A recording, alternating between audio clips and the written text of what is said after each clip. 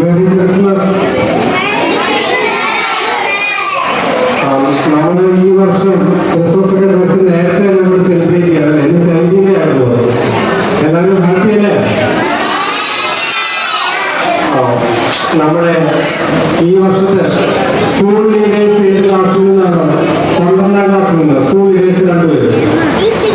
അവരോട് ഞാൻ ഇടയ്ക്കിടയ്ക്ക് പറയാറുണ്ട്, ലീഡർ ലീഡ്സ് ബൈ എക്സാമ്പിൾ. അപ്പോൾ നമ്മുടെ ലീഡർ ആരാണ്? നമ്മുടെ ലീഡർ ഈശോ. ഈശോ നമുക്ക് എന്ത് എക്സാമ്പിളാണ് കാണിച്ചു തന്നിരിക്കുന്നത്? എന്ത് എക്സാമ്പിളാണ് കാണിച്ചു തന്നിരിക്കുന്നത്? അതായത് ഈശോയുടെ ജനനം നോക്കുക. ഈശോയുടെ പേരൻസ് ഈശോയുടെ ജനന സമയമായപ്പോഴേക്കും അവർക്ക് വീടുണ്ടായിരുന്നില്ല. വീടൊക്കെ ഒരു കാലത്ത് കൊടുക്കുക അല്ലേ? അപ്പോൾ നമ്മളൊന്ന് നോക്കുക, നമ്മുടെ നേതാവ് ഈശോ ജനിച്ച സ്ഥലം എവിടെയാണ്? ഒരു കാലത്ത് കൊടുക്കുക. നമ്മൾ എപ്പോൾ നോക്കണം, നമ്മുടെ വീട്ടിലോ പേരൻസ് ഒക്കെ ആയിട്ട് ഇടയ്ക്കിടയ്ക്ക് നമ്മള് ഈശോയ്ക്കാണെങ്കിൽ ഒന്നും ഉണ്ടായിരുന്നില്ല, ജനിക്കാനായിട്ട് ഒരു സ്ഥലം പോലും ഉണ്ടായിരുന്നില്ല. അത്ര ഒരു ദരിദ്രനായിട്ടാണ് ഈശോ ജനിച്ചത്. ആ ഈശോയാണ് നമ്മുടെ നേതാവ്. അപ്പൊ നിങ്ങൾ വെറുതെ നിസ്സാരമായ കാര്യങ്ങൾക്കൊക്കെ ഇങ്ങനെ വഴക്കുണ്ടാക്കുമ്പോഴേക്കും ഈ ഇതിനെപ്പറ്റി എല്ലാവരും വളരെ ഹാപ്പിയാണ്. നമ്മള് ഹാപ്പി ആണെങ്കിൽ നമ്മളൊന്ന് ആലോചിക്കുക, ക്ലാസ്സിലൊക്കെ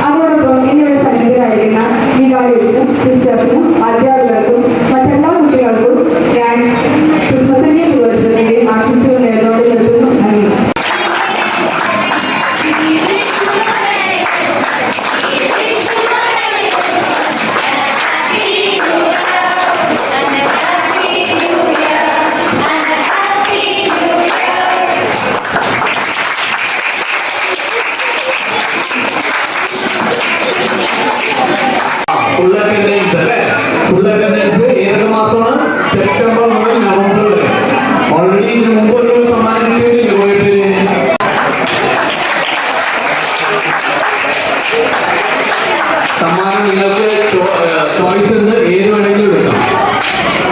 ഓക്കെ, മൂന്നാം ക്ലാസ്സിലെ Nora.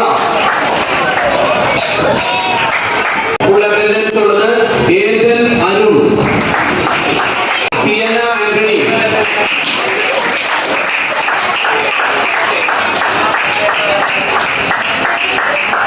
Jonathan Tony, Kailath Sebastian Varghese, Thanur Parambil Thulasi Abraham,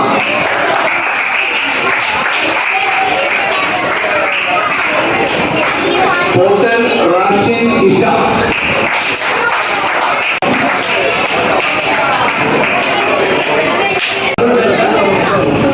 കൊച്ചുവീട്ടിൽ Jobin Janis, മടക്കിക്കുമേൽ ദീപു ഡിയോണ, ഏജൽ മറിയ,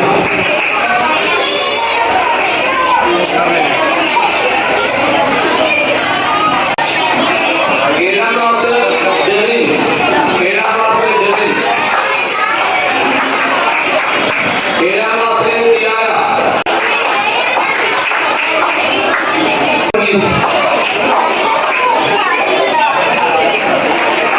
ഒൻപതാം ക്ലാസ്സിലെ Dion, ninth Joseph, Jaslin, Liz, Thulasi Thanur Parambil, കുട്ടി,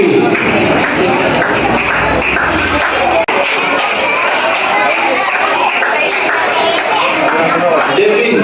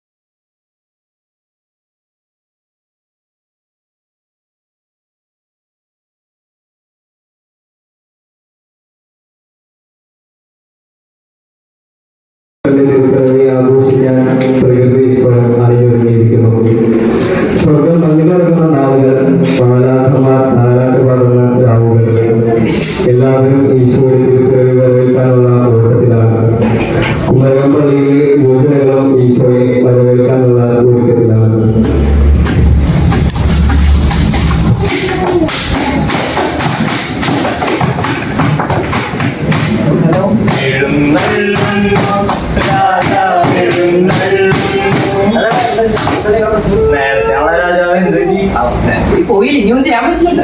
ലീഡറൊക്കെ എത്തിരി ഉത്തരവാദിത്തമുണ്ടോ? ആ ഉത്തരവാദിത്തത്തിന്റെ കാര്യം പറഞ്ഞ നിങ്ങളുടെ അടുത്ത് കഴിഞ്ഞ ആഴ്ച 3 കാര്യങ്ങൾ ഏൽപ്പിച്ചത് ഓർമ്മയുണ്ട? എന്തുവാടാ എടാ നിന്റെ അടുത്ത് അന്ന് പറഞ്ഞ എനിക്ക് തോന്നുന്നു കേക്കുകളുടെ എണ്ണം പോയി എടുക്കാൻ പറഞ്ഞിട്ടായിരുന്നു. നമ്മൾ ഓർഡർ കൊടുത്തിട്ട് വീടുകളിൽ പോയി കേക്ക് എടുക്കണത്. ഇത് മറന്നു പോയാൽ നീ തന്നെ ചെയ്യണം, അത്രേ ഉള്ളൂ. ഇതോ ഇതായും അവസാനം പ്രാക്ടീസ് ചെയ്യാം. എന്താ ഷാരോണെന്ന് പറയണേ? ഇയാൾ ട്രിപ്പിലായി ആയിട്ടുണ്ടായിരുന്നു. ആ പള്ളിയിൽ ട്രിപ്പുണ്ടാക്കാന്ന് പറഞ്ഞിട്ടായിരുന്നു. ഒരാഴ്ച ആരും വിളിച്ചിട്ടായാലും ട്രിപ്പുണ്ടാകും. എന്താ പാട്ടേ പാട്ടോ തുടങ്ങിയപ്പോ സമയം മറ്റേത് ശാന്തരാത്രി പാടുന്നു.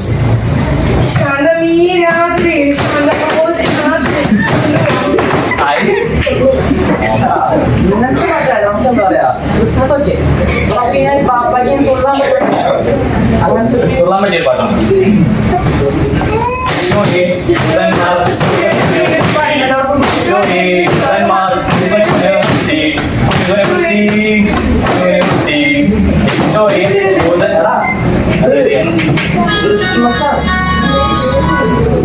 ക്രിസ്മസ് ഈസ്റ്ററാണ് നമ്മുടെ ഈസ്റ്ററെ കുറിച്ച് പറയുന്നത്. ഈസ്റ്റർ ഇരിക്കണോ നിങ്ങൾ എന്ത് ചെയ്യണം? ഞാൻ പറയും നമ്മൾ ഇതിനകത്തൊക്കെ കാണും, കരിക്കകത്തൊക്കെ കണ്ട വീഡിയോ അതിനകത്ത് ബാത്റൂമൊക്കെ കഴിക്കുന്നത്.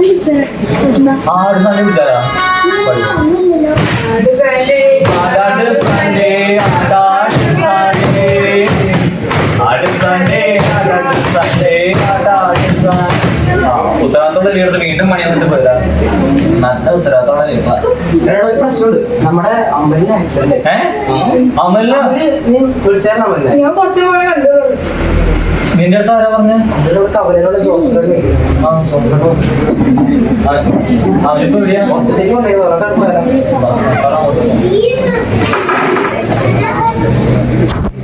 എടാ തോമസ് കുട്ടി, എടാ ഞാൻ കുട്ടി അമലിന് ആക്സിഡന്റോ? എങ്ങനെയാ?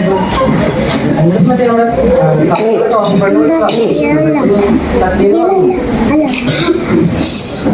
കഴിഞ്ഞ വർഷമല്ലേ എൻ്റെ അപ്പന് ഇതുപോലെ ആക്സിഡന്റ് ആയിട്ട് കിടപ്പിലായിരുന്നു. ഞാനൊരു കാര്യം ചോദിച്ചാ അച്ഛൻ ദേഷ്യം ഞാൻ നീ ചോദിച്ചു ഈ ദൈവം എന്താ ചെയ്യുന്നത്? കഴിഞ്ഞ അവന്റെ അപ്പന ദൈവം എന്തെങ്കിലും എല്ലാവരും ഉപദ്രവിക്കുക, ജീവിതം രണ്ടാമത് സംഭവിക്കും. എടാ മോനെ, അത് പിന്നെ ദൈവം അങ്ങനെയാണ്. ഇവിടെ എനിക്കൊരു കോള് വന്നിട്ട് ഞാൻ പിന്നെ കാണിച്ചു തരാം. അടുത്ത ദിവസം രാവിലെ കുർബാനയ്ക്ക് ശേഷം തോമസ് അച്ഛനെ കാണുന്നു.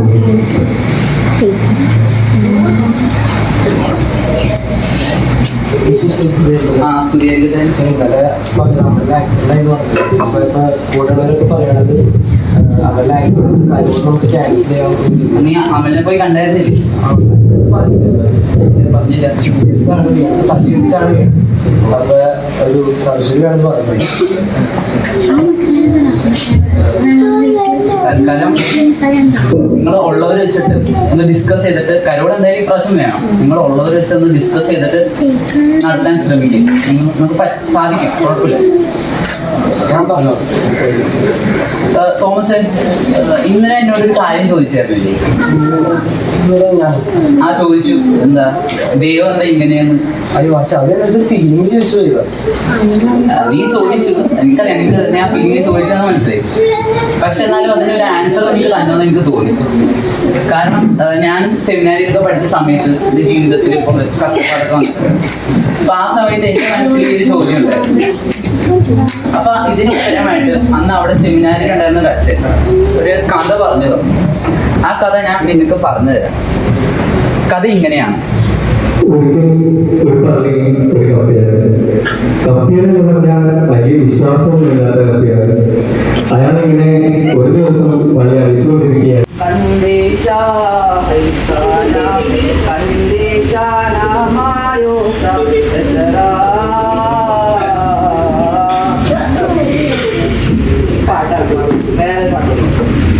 ഭയങ്കര പാവമാ, ഭയങ്കര സാധന സഹിച്ചു, ഓമനപ്പുറത്തടപ്പുറത്ത് യേശുവേ യേശുവേ ഈശോയെ കുറെ നാളായിരുന്നു ഉള്ളിങ്ങനെ നിനക്ക് വല്ലപ്പോഴത്തേക്ക് പുറത്തേക്ക് ഇറങ്ങിയ പിള്ളേരെ ക്രിസ്മസ് കൂടെ കണ്ടിട്ട് വന്നേ ആരോട് പറയാല്ലേ ഓമനപ്പുറത്തടപ്പുറത്ത് യേശുവേ യേശുവേ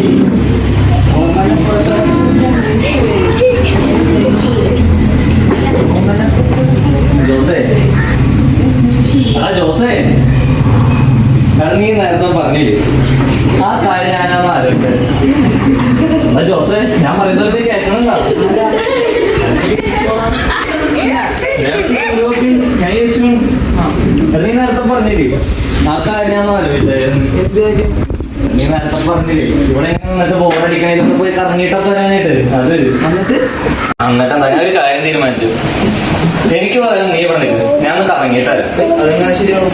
അത് ശരിയാവും ഒരു 3 കണ്ടീഷൻ ഉള്ളൂ നീ ഇവിടെ നിൽക്കാം ഇവിടെ പലതും നടക്കും പലരും പ്രാർത്ഥിക്കാനും വരും പക്ഷെ നീ അനങ്ങാനോ ഒന്നും മിണ്ടാനോ പാടില്ല ഓക്കെ ആണോ ഓക്കെ പക്ഷെ ഡ്രസ്സോ ഡ്രസ്സ് അത് നമുക്ക് സെറ്റാണ് അത് നിന്നെ കാണുന്നവരൊക്കെ ഞാനായിട്ടേ കാണുള്ളൂ അവർക്ക് മനസ്സിലായത് നീയാണ്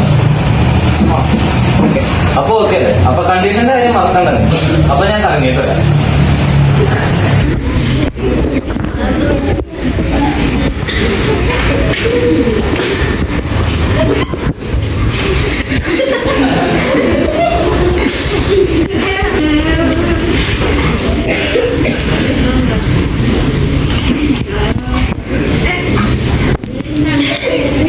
കർത്താവേ എന്റെ ബിസിനസ്സൊക്കെ ഭയങ്കര ഡള്ള. കർത്താവേ ഓണത്തിന് വലിയ ലാഭമൊന്നും ഉണ്ടായില്ല, ക്രിസ്മസിനും വലിയ ലാഭമൊന്നും ഇല്ല. കർത്താവ് കൂടെയുള്ളവരൊക്കെ ഇപ്പൊ ഭയങ്കര ലാഭത്തിലാണ്. കർത്താവ് അവരെയൊക്കെ നഷ്ടത്തിലാക്കിയിട്ട് എന്റെ ബിസിനസ്സിനെ ഡബിളാക്കി തന്നെ ഈ ക്രിസ്മസിന് മുമ്പ് എന്റെ ബിസിനസ്സിന് ഡബിളാക്കണേ. കർത്താവെ അങ്ങനെ ചെയ്താൽ ഞാനൊരു 5 പാക്കറ്റ് തിരി അല്ലെങ്കിൽ 2 പാക്കറ്റ് തിരി കത്തിച്ചോളാവേ.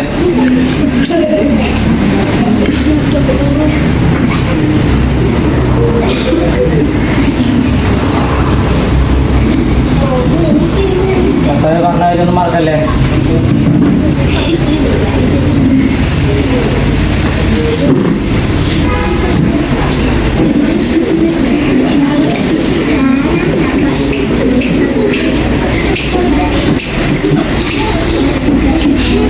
എല്ലാവരും ക്രിസ്മസിന്റെ ആഘോഷത്തിലാണ് ഇപ്പോൾ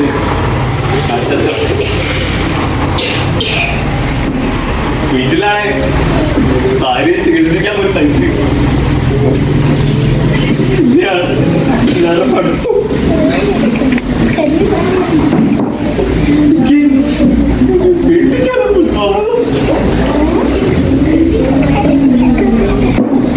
അല്ലെങ്കിൽ പൈസക്കാർക്ക് എവിടെ ആയാലും പൈസയല്ലേ എല്ലാം വലുത്.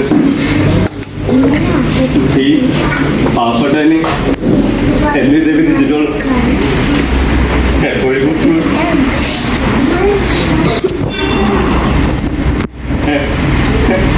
ഞാൻ മടുത്തു. ഞാൻ ജീവിതം അവസാനിപ്പിക്കാൻ പോവാ. മതിയായി.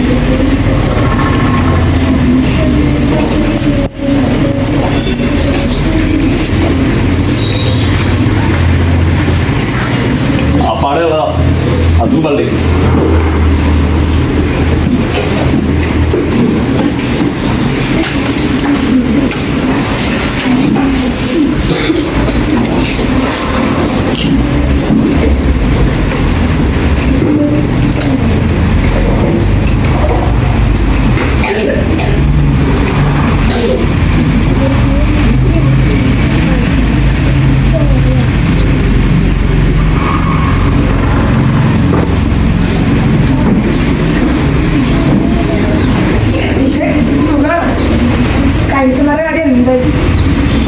ക്ലാസ്സിലെല്ലാവർക്കും ലൈനൊക്കെ സെറ്റ് എനിക്ക് മാത്രമായില്ല. ക്ലാസ്സിലേക്ക് കളിക്കാറില്ല. ഇന്നുവേണ്ടി ക്രിസ്മസ് കളി ഇവിടെ എന്തൊക്കെ എന്നാ പോകാൻ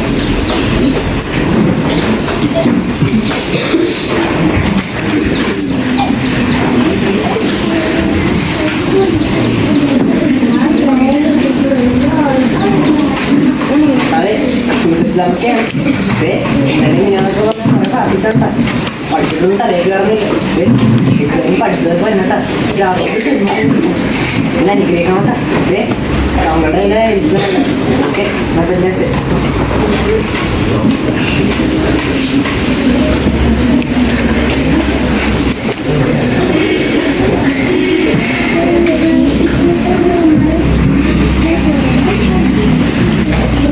ഈശോയെ ഒരു ജോലി വേണമെന്ന് ഞാൻ ചോദിച്ചപ്പോഴേക്കും ഈശോ എനിക്ക് ജോലി തന്നു. പക്ഷേ ഷിപ്പിലാണ് ജോലി. മാത്രമല്ല 6 മാസം കഴിഞ്ഞേ തിരിച്ചിങ്ങോട്ട് വരാൻ പറ്റുള്ളൂ. എനിക്കാണെങ്കിൽ ഷിപ്പ് യാത്ര ചെയ്യാന്ന് പറഞ്ഞാൽ ഭയങ്കര പേടിയാണ്. ഈശോയെ എൻ്റെ യാത്രയിൽ എന്നെ കാത്തണേ.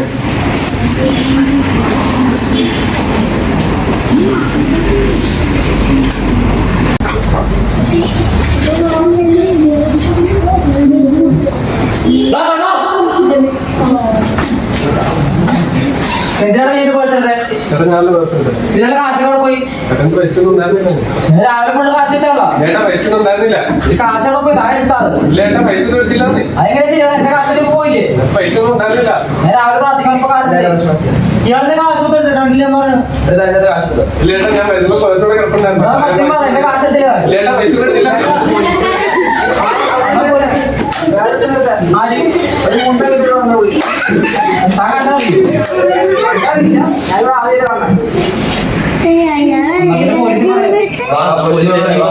പോലീസിൽ എനിക്കെന്റെ കാശ് ഇടണം.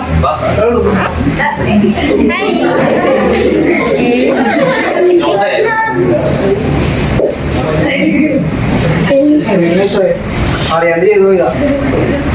എടാ ഞാൻ നിന്റെ അടുത്ത് അങ്ങനെ പറഞ്ഞെന്താന്നറിയോ, എനിക്ക് കുറച്ച് ലക്ഷ്യങ്ങളുണ്ടായിരുന്നു. ആ ധനവാൻ അയാൾ ആരെയും സഹായിക്കാത്ത ഒരു മനുഷ്യനായിരുന്നു. പിന്നെ ആ പാവപ്പെട്ട അവൻ ഇവിടെ നിന്ന് കിട്ടിയ കാശ് കൊണ്ട് അവൻ്റെ കുടുംബത്തിൽ ഒരു സന്തോഷമായിരുന്നു ഉണ്ടായിരുന്നു. പിന്നെ മൂന്നാമതായിട്ട് ആ യുവാവ് നാളെ പോകാൻ പോകുന്ന യാത്രയിൽ അവനൊരു അപകടം പറ്റി അവൻ മരിക്കാൻ സാധ്യതയുണ്ട്. അതുകൊണ്ടാണ് ആ സമയത്ത് ഞാൻ പണക്കാരനെ അയച്ചത്. ആ യുവാവാണ് പൈസ എടുത്തതെന്ന് പറഞ്ഞ് അവിടെ പ്രശ്നം ഉണ്ടാക്കിയത്. അങ്ങനെയായിരുന്നെങ്കിൽ പ്രശ്നമൊക്കെ ആയി അവന്റെ യാത്ര നാളെ മുടങ്ങുമായിരിക്കും.